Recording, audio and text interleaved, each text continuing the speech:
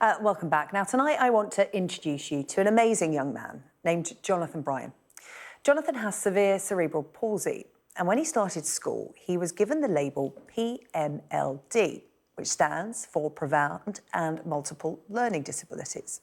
That meant that he was placed on a sensory curriculum, in other words, early years education. Well, his mum took him out of school, and she taught him to read and write using an alphabet board that you can see here. Essentially, Jonathan's eyes became his pencil, and he found his voice.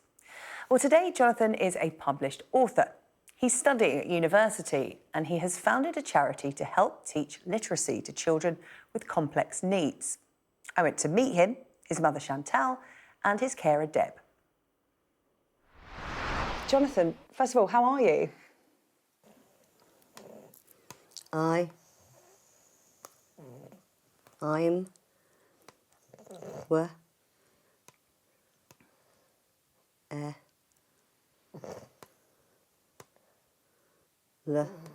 I'm well, thank you. Yes, I'm well, thank you. Oh, that's good to hear. Well, as I said, thank you for inviting me into your home, Jonathan, to have this conversation.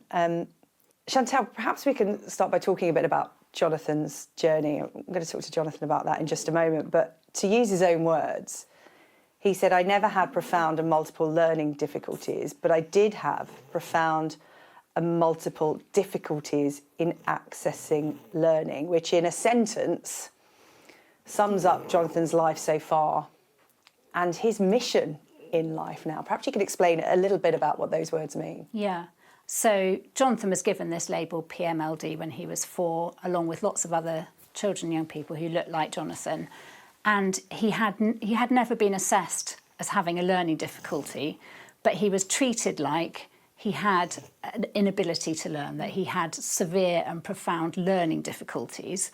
Whereas actually what Jonathan says in that quote from his book is that what he struggled with is how he's going to access the curriculum. So you've just seen Jonathan spell out something with his eyes. Mm-hmm. I know people who've used switches on a nerve in their throat. Mm. So that's an example of different ways of accessing the curriculum. And finding that access is really key for these children who have this label PMLD. Mm. And it takes a belief that they can do it, and trying something, and if something doesn't work, trying something else. Jonathan, I wonder if I could ask you, what was it like when you first learned you could communicate with your mum? A. Go on. M. A. Z. I. N. G. Amazing. Yeah. Mm-hmm. Jonathan, the school system, do you think it's underestimating children with PMLD? Y. E. Yes. And I know we sent this question to Jonathan before the interview. Chantal, perhaps you wouldn't mind reading us out his response. A large part of the problem lies in thinking people have profound and multiple learning difficulties, like it's something that's diagnosed. But it's just an educational label given to children who look like me, usually in a wheelchair with little or no means of communication. Our cognition isn't tested before we get the label, but we are treated like we all have a profound intellectual disability. We're not taught to read or write because it's assumed we'll never learn. It's a self-fulfilling prophecy. We don't learn because we aren't taught. Jonathan, why do you think it is that children with really complex needs and those who are non-verbal are being overlooked and essentially forgotten about? People look at us and make assumptions about our capacity to learn. When you don't speak out loud, people assume your intellect is the same as a pre-verbal toddler.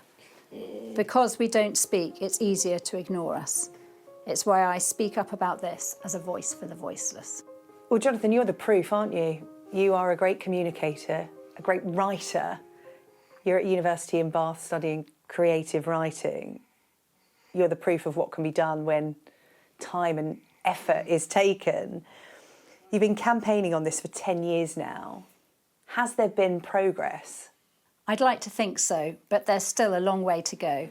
Until the government expect this cohort to be taught literacy, it's down to individuals and schools to raise their expectations. In the time Teach Us 2 has been running, we have seen more people keen to learn how to do this for their pupils. In the meantime, what's Jonathan been saying?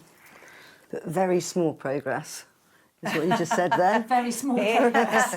You'd like to clarify very small progress. Very small progress. Jonathan, if your mum hadn't tackled this on your behalf, this massive oversight, it seems, in your ability, what do you think life would have looked like for you in your school years? I'd rather not think about it. I'd be left to my own thoughts and unable to communicate everything I can now.